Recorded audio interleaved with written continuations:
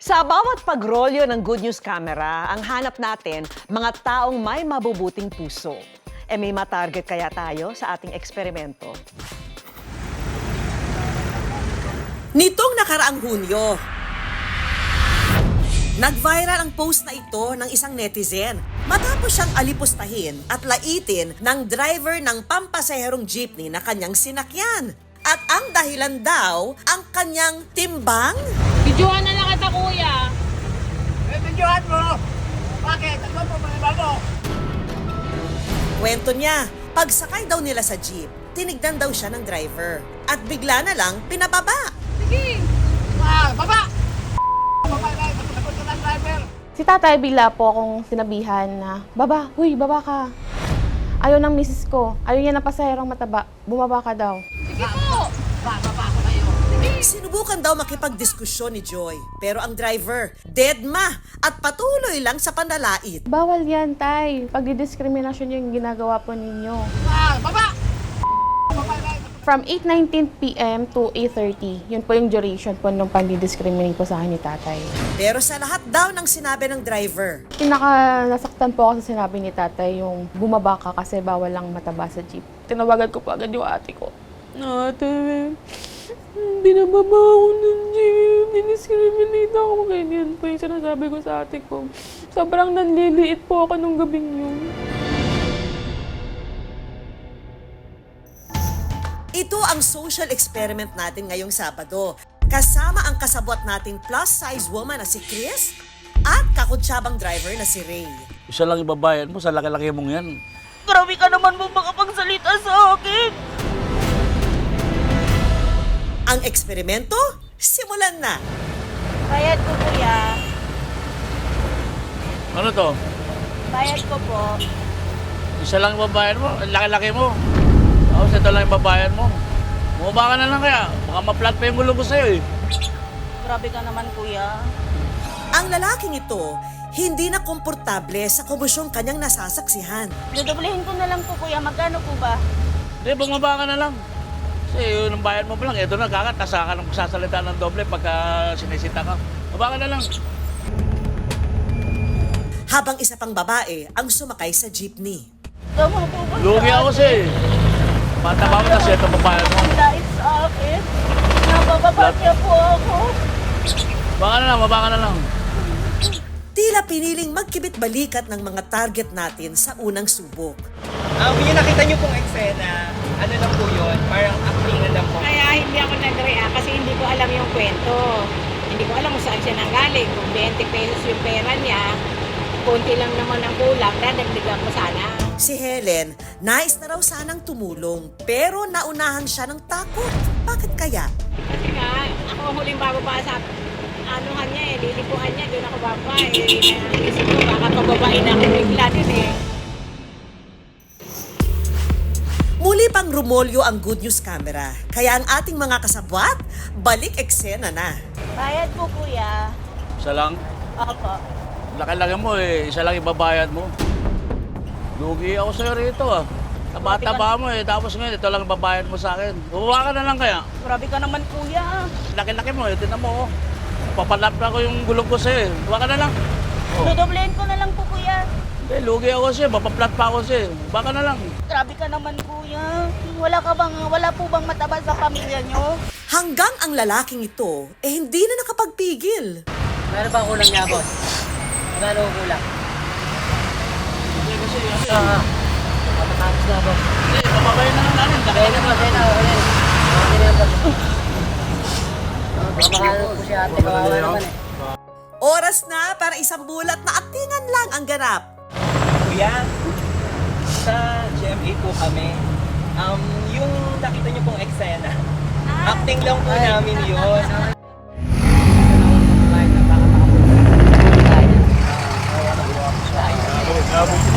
Ang babaeng ito, emosyonal namang naglabas ng kanyang saloobin. Ginawan ko kasi hindi po kasi parang hindi siya nirespeto yung kahit gano'n siya kataba, may right pa rin siyang umupo dyan sa jeep. Sakit sa dibdib nakikita ko po. Sa huling pagkakataon, muli pa naming pinarolyo ang Good News Camera. Pero sa pagkakataong ito, ni-level up namin ang ganap. Isa pang kasabwat ang gagatong sa eksena. Dapat dalawa talaga yan. Tama si kuya. Tsaka, hello, ilang space pa yung sakot mo. Baka nga 3 pa yan. In 3, 2, 1, action! Bayad po, kuya. Bumaba ka na lang, baka ma-flat pa yung gulo ko sa'yo eh. Hanggang itong isa pa nating kasabwat, gumatong na rin sa ganap. Ate, tama naman si kuya. Dapat kasi hindi ka nagpa-public transportation kapag ganyan kakalaki. Yun lang ang pera ko. Grabe ka naman ah. May problema ka ba sa mataba? Wala Lugi akong kasi. pera, ate. Gawin mo lang yung dapat kasi ang laki mo talaga eh. May sinasabi na po ba na doble ng bayad kapag mataba? Hanggang isang pasahero ang hindi na nakapagpigil pa. Wala namang kalibayan. Wala namang sinasabing kahit mataba ka, kahit mapayat ka, yung kalibayan. Laki niya kasi kuya, doble dapat bayad yan. Sumasali ka pa, hindi naman dapat sumali. Wala namang pinapatupad na ganun, 2 bayad yung mataba. Ang jeepney driver muli pang umapela. Lugi ako eh, tinan mo, laki-laki na. Oo, Yugi, huwag naman ang jeep mo, kuya. Pwede ka pa iliklaman yan, Pa-flat matutugin. pa ako yan eh. Bumaba ka na lang. Okay na kuya, approve sa madla ang inyong pagtatanggol sa kapwang naapi. Kuya, ang batas na magpayat o mga doble kailangan ng bayad. Pwede kang reklamo, sabi ko. Mabababa niya po ako. Naging makatotohanan daw ang pagganap ng kasabwat nating si Chris dahil siya mismo nakaranas din ng pangungutya. Hindi naman din nila alam yung nararanasan ko kung bakit po ako tumaba. Dali-dali lang sa kanila na magsalita ng hindi maganda sa katulad kong matataba. Masakit po. Ang bawat tao, magkakaiba sila ng personality. May mga tao talaga na ayaw nila nakikialam dahil natatakot sila baka madamay sila kung may gulo. Magdidepende siya sa personality ng mga taong concern. Kasi may mga tao talagang pigilan man natin, makikipagtalo at makikipagtalo sila. Samantala, ang pasaherong si Joy, personal na dumulog sa LTFRB para ireklamo ang naranasang diskriminasyon. Ang order ng LTFRB is impose po ng penalty sila operator and driver po. Magbabayad po sila ng 5,000 pesos para po sa hiring of discourteous driver. Second po is yung failure to convey passenger po. And yung third po is sa additional 5,000 po para sa paglabag po ng Safe Spaces Act po. LTFRB recommends din po ng suspension ng license ng driver po sa LTO. Sinubukan naming kunan ng pahayag ang driver ng jeepney. Ngunit hindi sumasagot ang kanilang panig sa aming team. Baka mainit lang yung ulo ng driver. Marami rin namang mababait na driver. Hindi naman lahat ng driver ang lalait. Marami din naman mababait. Malaki raw ang natutunan ni Joy sa karanasang ito. Kung alam mo yung nasa tama ka, ipaglaban mo, ipahayag mo na ikaw yung tama. Maging confident ka din sa sarili mo kasi alam mo sa sarili mo wala kang ginawa doon sa kapwa mo. Ang pakikitungo sa kapwa, hindi nasusukat sa itsura. Ang mahalaga, sa bawat arangkada, hindi mawawala ang respeto at pakikipagkapwa. Another Good Vibe Saturday dito sa Good News. Ika nga nila, may pera sa basura. Kapalit ng bote. Saan aabot ang 10 piso mong barya? Saan ka pa?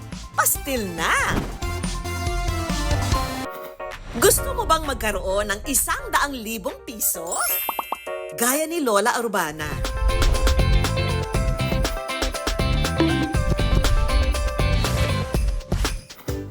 Ika nga nila, may pera sa basura.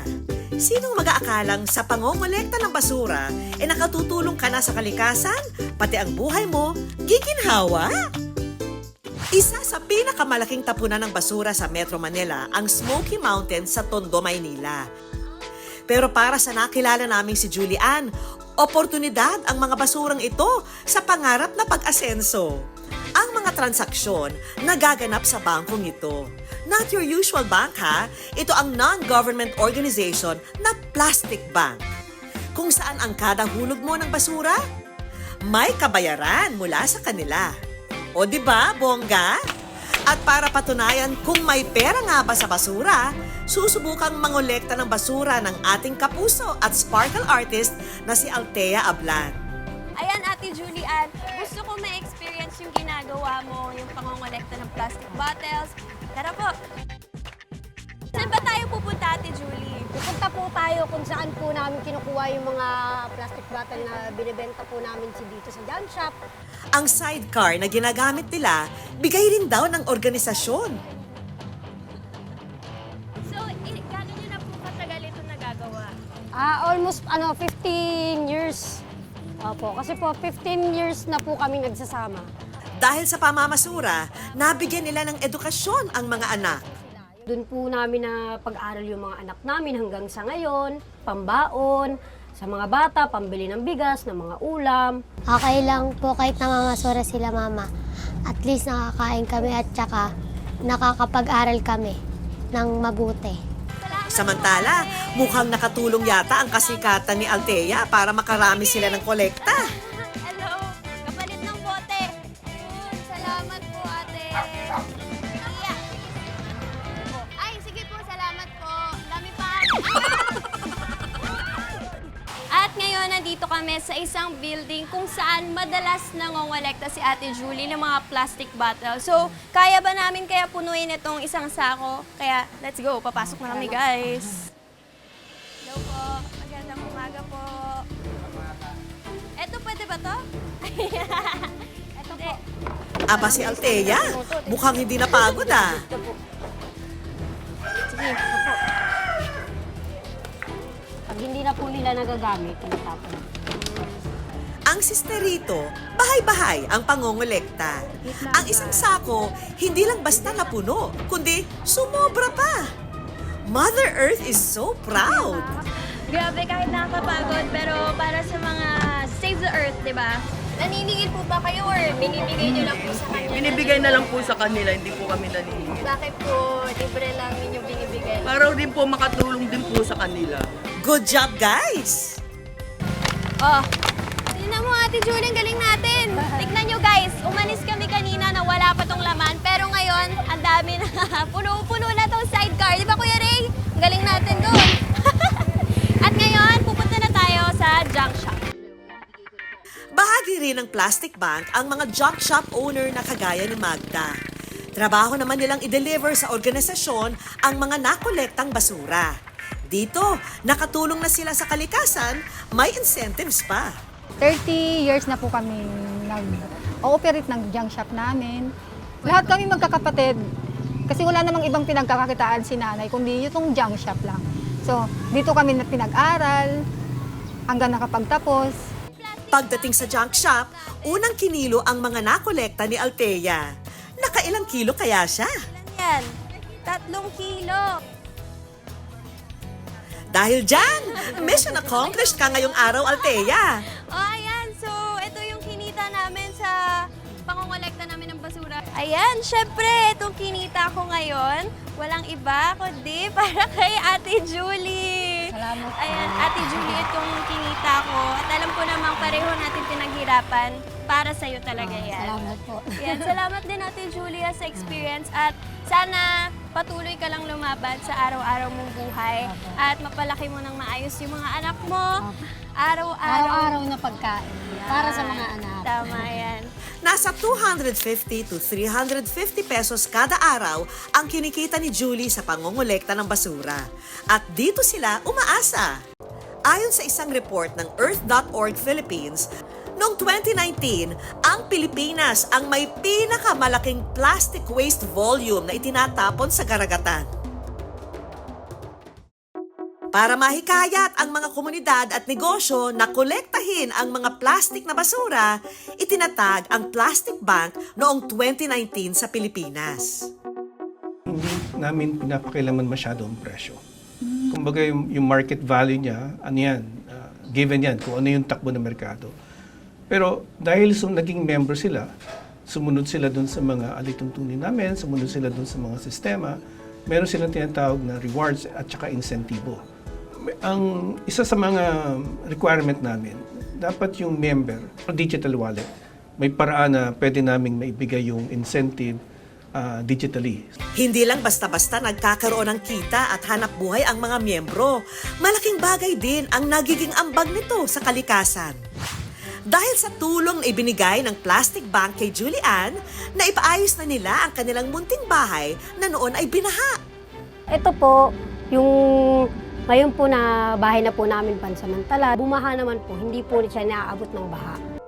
Dahil daw sa nangyaring pagbaha, mas naintindihan nila ang kahalagahan ng malinis na kapaligiran para ang mga basura hindi magbara tuwing malakas ang ulan. Kaya pangako nila, ipagpapatuloy ang kanilang nasimulan. Malinis na po. Hindi na po kagaya ng dati na sobrang dumi na tumpok-tumpok po yung mga kalat sa gilid. Ang simpleng hakbang para sa ikalilinis ng ating kapaligiran, pwede palang pagkakitaan.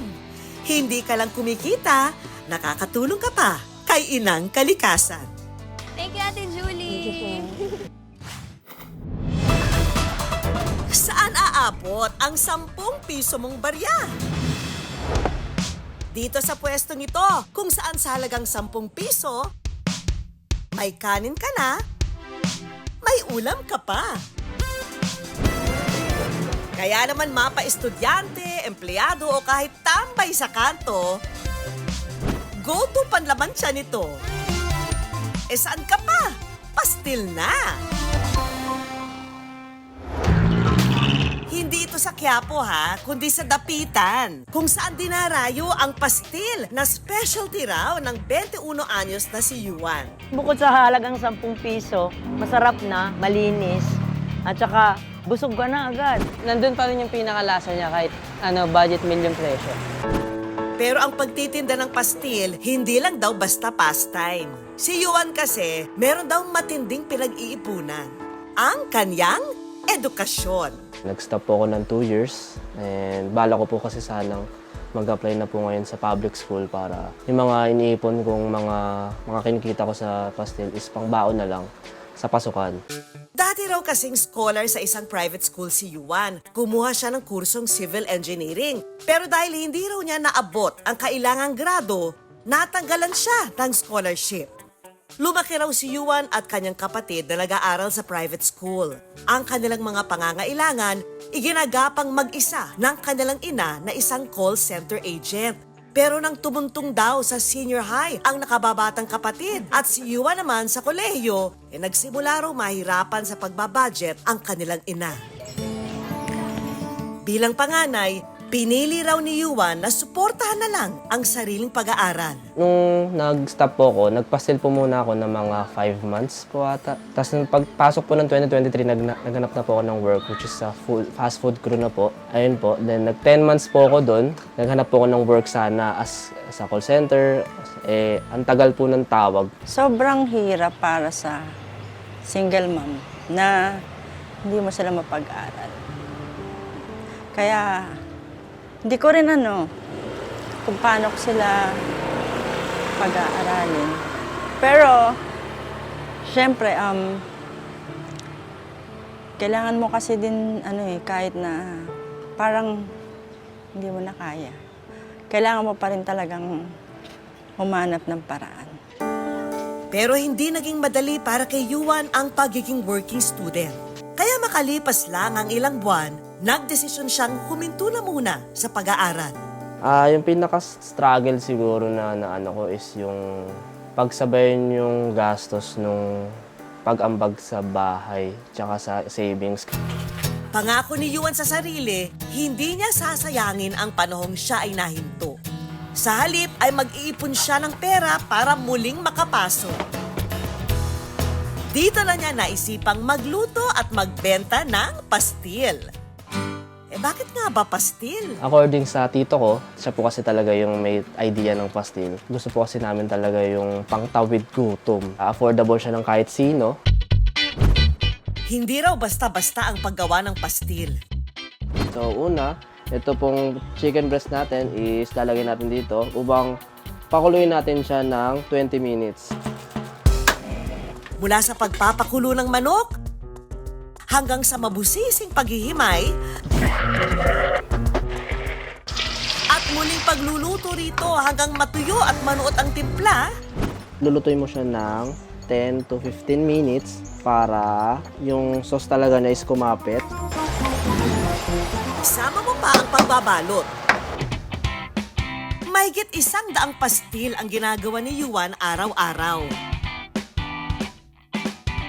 Mano-mano niya itong ibinabalot sa dahon ng saging. Sa dami ng nabalot ni Yuan, ilang porsyento raw sa mga ito reserved na para sa mga nag-advance order. In demand! Eto na nga at pagpatak ng alas 4, ise-set up na ni Yuan ang kanyang bentang pastil sa maliit na pwesto nito sa dapitan. Dahil bagsak presyo sa halagang 10 pesos, binabalik-balikan siya ng kanyang mga parokyano. Ilan? 2 po. Thank you. Kaya gusto kong graduate kasi in my family, dito po sa bahay, wala pa pong nakaka-graduate ng college. Tapos, yung mga pangarap ko sa magulang ko, na bahay, then magandang buhay. Ang dating 800 na kinikita ni Yuan kada araw, abay, nadodoble na raw ngayon. Mula sa pagtitinda ng pastil, sa ngayon, nakaipon na raw si Yuan ng mahigit 20,000 piso. Konting tumbling na lang daw at makakapag-enroll na siya sa susunod na school year. Dahil sa sipag mo, ang good news namin, dagdag na hulog para sa iyong ipon. Ipon ko lang muna siya, then bahala na po sa pasukan din. Ayun po. Maraming salamat po. Madalas, pinagtatalunan ng ilan, diskarte o diploma. Pero para kay Yuan, pwede namang pareho, di ba? Lahat ng diskarte gagawin niya para makamit ang inaasam-asam na diploma. Gusto mo bang magkaroon ng 100,000 piso? Yakang-yaka, hindi kailangan ng kompetisyon o kaya ay matinding pag-aaral para rito. Ang kailangan lang, maging malusog ka. Dahil tagumpay ka kung aabot ka ng 100 years old. Ayon kasi sa batas, makakatanggap ng 100,000 piso mula sa gobyerno ang mga centenarian o yung aabot ng 100 years old. Gaya ni Lola Urbana, na hindi raw naninirahan sa probinsya ha, kung saan naglalawakan ang mga kabukiran with sariwang hangin. Kundi rito sa abalang syudad. Dito lamang Mayo, nakatanggap si Lola ng centenarian cash gift na 100,000 piso. Sana all, Lola! Paano nga ba ito nagawa ni Lola Urbana? Ang sikreto niya para umabot ng 100 years old, alamin natin dito sa... May pahabol pa kaming Pampa-Good Vibes dahil ang susunod na kwento ay siguradong aantig sa inyong mga puso. Kapag umabot ka sa edad na 100, may instant cash ka ring 100,000 pesos. Yan ang nakaka-good vibes na pagkakwentuhan natin ngayong Sabado. Sa Taguig City, nakilala namin ang centenarian lola na si Lola Urbana, na hindi lang naabot, nalampasan pa ang 100 years of age. Sa katunayan kasi, 101 na pala siya. Ang edad na ito, hindi madaling ma-achieve. Kaya naman ang kanyang 75-year-old na anak na si Carol, believe sa galing at lakas ng kanyang ina. So far, bihirang-bihira ngayon na magkaroon ka ng isang nanay na aabot ng ganun 100 years, di ba? Kami lang kasi sa bahay. Maaga kasi ako na biyuda. Yung mga anak kong dalawa, halos daily, dadaan sila, si Lola, kumusta? Si Lola Urbana, matibay pa ang buto-buto. Kaya pang kumuha ng sariling blood pressure. Magpaganda. At ang hilig nilang mag-iina, ang sumayaw. Ako si Urbana, diba? Baling ang palayaw ko. Wala naman ako magawa dito, kundi magbantay ng bahay. Sa loob ng bahay, nakakalakad ako. Sa edad ng araw na 101, si Lola Urbana kayang-kaya pang maiwang mag-isa sa bahay. Habang si Nanay Carol, nagbabantay naman ng kanyang tindahan. Pero kapag may problema o kailangan, isang pindot lang sa kanilang biniling doorbell, present na kaagad ang kanyang anak. Ano ibig sabihin pag isang pindot lang? Yung temporary na pagtawag. Pag may kailangan ka. Pagka mayroon kailangan. Pag emergency, matagal. Kung wala ito, mamatay ka man diyan, walang tatawag.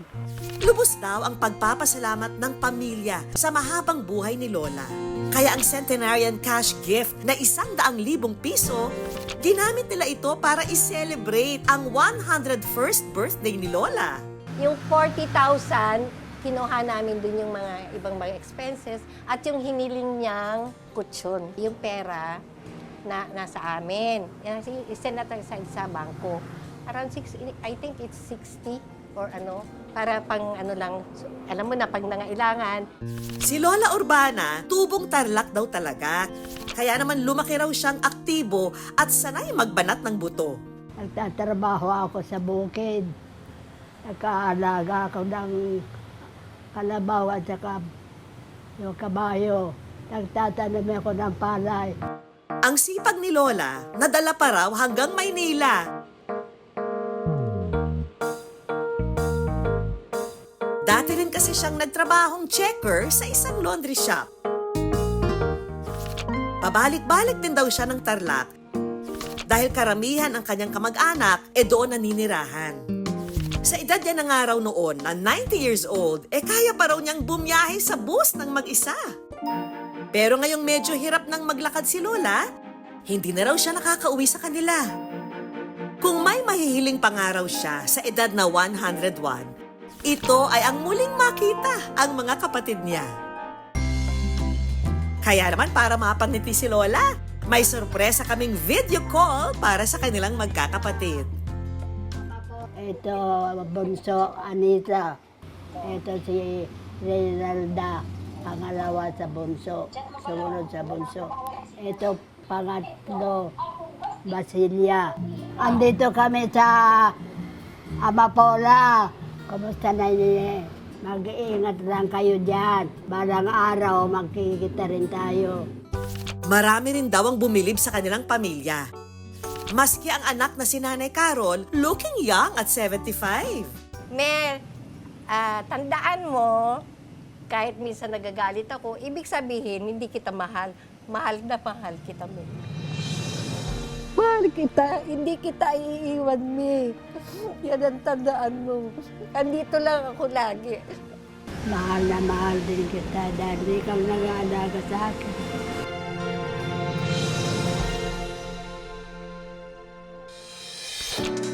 Ang pagmamahal ng anak sa kanyang magulang, walang kapantay at katapusan. Kaya naman walang dudang umabot ng 100 taon si Lola Urbana.